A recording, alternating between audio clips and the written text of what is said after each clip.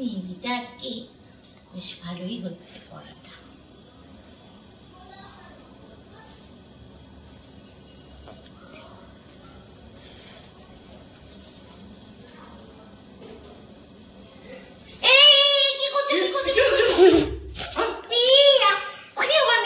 ঘেটে যেত। আমি বেশি পথে তুমি দেখতে পাচ্ছ না? আমি তো দেখতে গেছি, আমি তো তোমাকে দেখলাম, আমি মেহেন্দি দেখিনি তো। এই বুড়ো বসে যা গেছে বসো। এমন করে তুমি চিন্তা করলে ভাবলাম রোমান্স করবো, রোমান্স দিলে চটকে দিলে দেবো। তোমার রোমান্সের কথাই এখন সারাক্ষণ শুধু রোমান্স আর রোমান্স।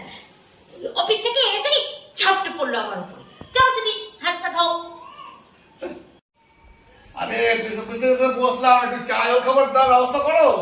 শোনো, আজকে আমি কিছু করতে পারবো না, আমি আজকে মেহেন্দি পড়ছি। চা জল খাবার খেতে ইচ্ছা হবে নিজে করে খাও।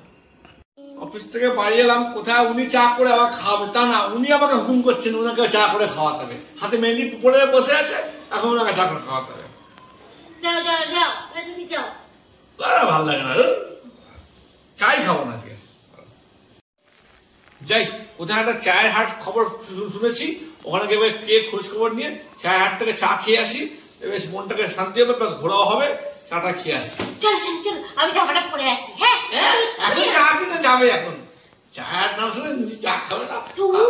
তুমি চায়ের হাতে যাচ্ছ, আমাকে নিয়ে যাবে না? আমিও শুনেছি জানো তো, ওখানে নাকি খুব সুন্দর চা স্ন্যাক্স পাওয়া যায়। চলো চলো চলো, রেডি। আমাকে চা করে দেওয়ার সময় বলে মেহেন্দি উঠে যাচ্ছিল, এবারে মেহেন্দি উঠে যাচ্ছে না, না ভেস্তে যাচ্ছে না। আমি তো শুধু তোমার সঙ্গে যাবো পেছনে বসে, আমি তো চাকো বানাবো না, তাহলে আমি চাটা করে আসি। ক্যামেরা পরে এক্ষুনি আমি আসছি রেডি হয়ে, ঠিক আছে? তুমি বসো। আরে যা বাবা, নিজের বাস নিজেই বলে খেয়ে নিলাম।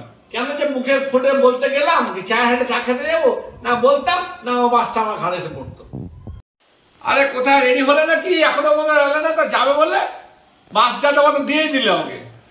আরে যাচ্ছি যাচ্ছি, একটু রেডি হতে তো টাইম লাগবে, দাঁড়াও। আর রেডি হতে ভালো লাগে না, 5 মিনিট করতে করতে 15 মিনিট হয়ে গেল।